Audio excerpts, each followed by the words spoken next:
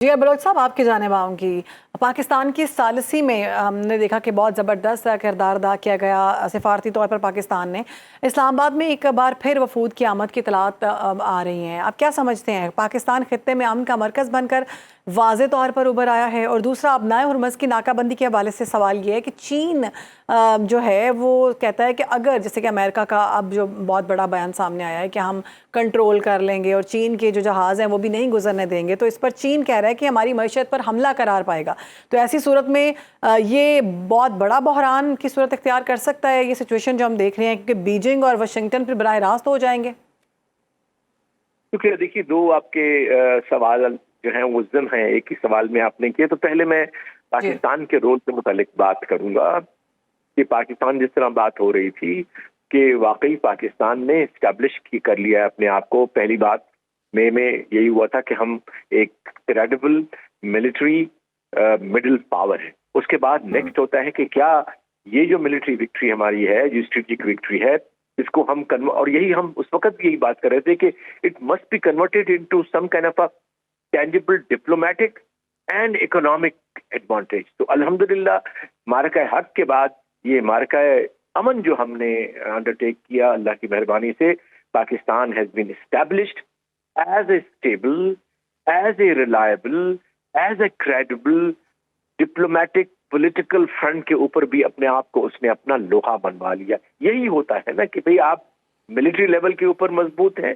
Undefeatable हैं, credible हैं, आप पॉलिटिकल डिप्लोमेटिक लेवल के ऊपर हैं और स्ट्रेटेजिक लेवल के ऊपर है। तो मैं समझता हूँ इन तीनों जो स्पेयर्स में अल्लाह ने हमें बरतरी दी है या एजाज मैं कहूँगा दिया है, तो उसमें बहुत सारी काविशें हैं, बहुत सारी सोच है। और जिसको मैं थोड़ा सा कहूँगा कि देखिए, हमारी मार्का हक में भी और मार्का अमन के अंदर भी वही विजनरी स्ट्रेटेजिक थिंकिंग, जो मुझे कोई आर नहीं है नाम लेने में, फील्ड मार्शल आसिम मुनीर साहब, प्राइम मिनिस्टर शहबाज साहब और जो पूरी टीम इस वक्त उनके साथ है वो, और प्रेसिडेंट का भी सुनते हैं कि वो भी कोई ना कोई अपना इनपुट देते रहते हैं। तो मैं समझता हूँ इस वक्त जो पॉलिटिकल लीडरशिप है, जो स्टेक होल्डर्स हैं, वो तमाम की इनपुट उसके अंदर है। फिर आप लोगों की काविशें हैं, जो मीडिया के लोग हैं।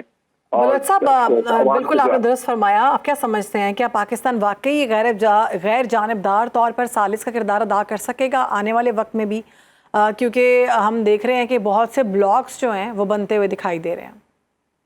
पाकिस्तान ने अपनी एक जहद कंप्लीट एक लिहाज से क्लियर कर दी है कि we be having balance relationship. और ये मैं बात शायद दोहरा भी रहा हूँ, अब नहीं आपके चैनल पे नहीं आया कि मैं 35-40 साल रहा हूँ तो कभी भी मुझे इतनी बैलेंस फॉरेन पॉलिसी नहीं आई। दूसरा, मैं ये लोगों को दावा करता हूँ कि आप पाकिस्तान का नाम हटा के बताइए कि कौन सा वो मुल्क है जिसके जो है वो आयरन फिस्ट रिलेशनशिप है, चाइना के साथ स्ट्रेटेजिक रिलेशनशिप है, रशिया के साथ, और इसी तरह से अहम जो रिलेशनशिप है विद अमेरिका के साथ, यूरोप के साथ, जीसीसी के साथ।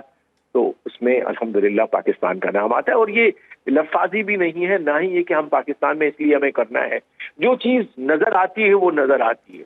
हर एनालिस्ट कहता है कि पाकिस्तान इस वक्त एक रिलायबल, एक क्रेडिबल और एक फैक्टर ऑफ स्टेबिलिटी और पीस जो आया है। बल्कि इसको मैंने जिस दिन आए थे ये सब कुछ ऐलान, तो मैंने कहा पाकिस्तान को तो दुनिया का it should be called as the door of global security and peace, and that is what we will be, inshallah, and I can add stability, inshallah.